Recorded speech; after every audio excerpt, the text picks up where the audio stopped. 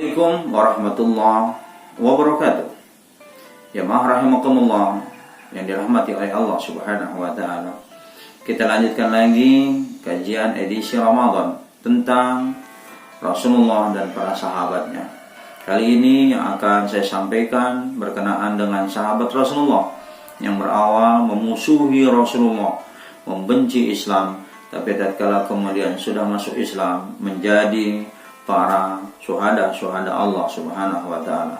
Satu di antaranya adalah sahabat yang bernama Wahsy. Wahsy ini adalah seorang budak. Statusnya sama dengan Bilal bin Rabah, sama-sama budak. Kalau Bilal bin Rabah budaknya Umayyah, kalau Wahsy ini budak daripada seorang wanita yang bernama Ummu Jamil. Ummu Jamil ini memerintahkan kepada Wahsy untuk membunuh Sayyidina Hamzah.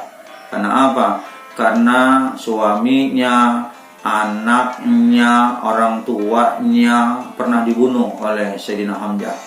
Maka begitu dendamnya seorang Ummu Jamil terhadap Hamzah, hingga kemudian dia menyewa kepada seorang budak yang bernama Wahsy. Ternyata jamaah rahimakumullah, Wahsy ini mempunyai keahlian menombak luar biasa. Kalaupun ada lubang yang kecil, kemudian diarahkan lubang itu dengan tombaknya, maka pas akan masuk ke arah lubang yang kecil itu, tombak itu meluncur. Saking dahsyatnya tombak ini, maka akan terkenalah sasaran yang akan dilempar oleh Wahsy. Kesempatan talenta yang dipunya Wahsy ini kemudian dimanfaatkan oleh Ummu Jamil. Ummu Jamil berkata seperti ini, "Wahai Wahsy, ya Tuan, apakah kamu ingin bebas dari perbudakan?" "Mau, Tuan. Kalau kamu ingin bebas dari perbudakan, pada saat nanti terjadi perang Uhud, bunuh Hamzah. Kalau nanti Hamzah sudah terbunuh, kabari aku. Kalau aku langsung melihat dengan mata kepalaku sendiri bahwa Hamzah telah mati, maka kau bebas."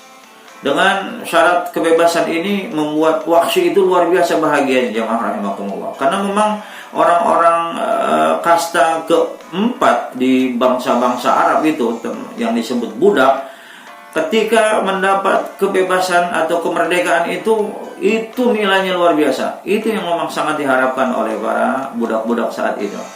Siap nyonya, gitu kan, saya akan laksanakan. Maka terjadi peperangan Uhud. Saat terjadi peperangan Uhud, Sayyidina Hamzah sedang konsentrasi menghadapi orang-orang kafir Quraisy. Maka beliau mendapatkan gelar dari Rasulullah Asyadul Asad. Apa itu Asyadul Asad? Singanya padang pasir. Jadi kalau singa dikelilingi oleh binatang-binatang kecil, walaupun 10-20 habis. Nah begitu juga dengan orang-orang kafir Quraisy. 10 mati oleh Sayyidina Hamzah dengan keahliannya, dengan keberaniannya. Namun ketika Sayyidina Hamzah dalam kekonsentrasian menghadapi puluhan orang-orang Quraisy, kafir Quraisy, kemudian Wahsy menghendak-hendak mengarahkan bagaimana cara membunuh Hamzah. Yang ada di otaknya itu saja. Bagaimana cara membunuh Hamzah ketika nanti dia bisa merdeka dan dimerdekakan oleh nyonyanya. Maka kemudian Sayyidina Hamzah dalam keadaan lengah. Kalau saja Sayyidina Hamzah tahu bahwa tombak itu akan meluncur pada dirinya, dipastikan dia akan bisa menghindar.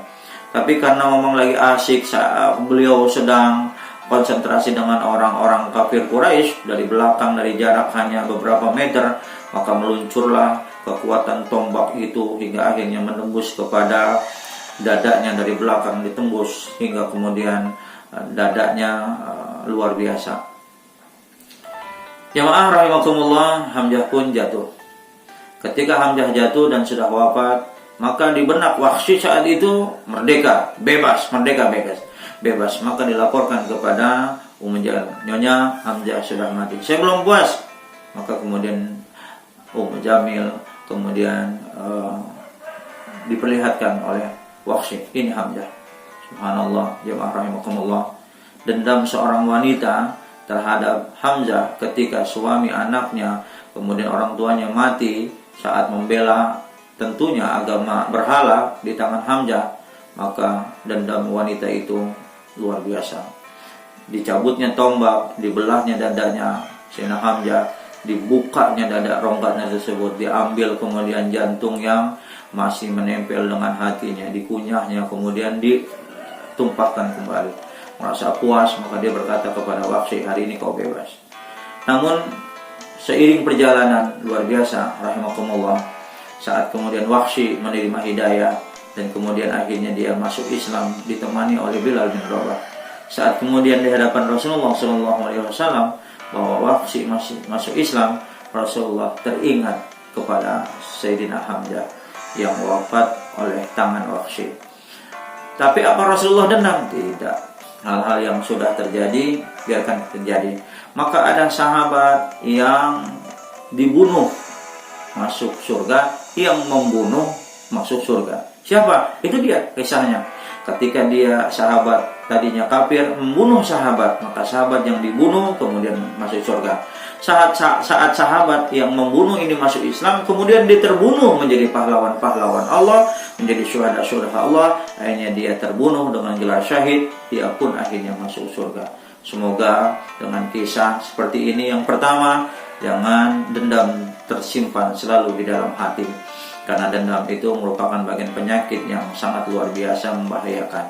Biarkan yang sesudah biar sudah terjadi, biarkan dalam hitungan Allah semua tercatat di Lauhul Mahfuznya Allah Subhanahu wa taala. Jadilah hamba Allah yang pemaaf saat kita disakiti, saat kita dizolimi oleh siapapun, karena yang menjadi pembela kita biarlah Allah Subhanahu wa taala. Selamat berbuka puasa. Semoga puasa pada hari ini Allah akan terima. Insyaallah kita akan lanjutkan episode berikutnya insyaallah. Assalamualaikum warahmatullahi wabarakatuh.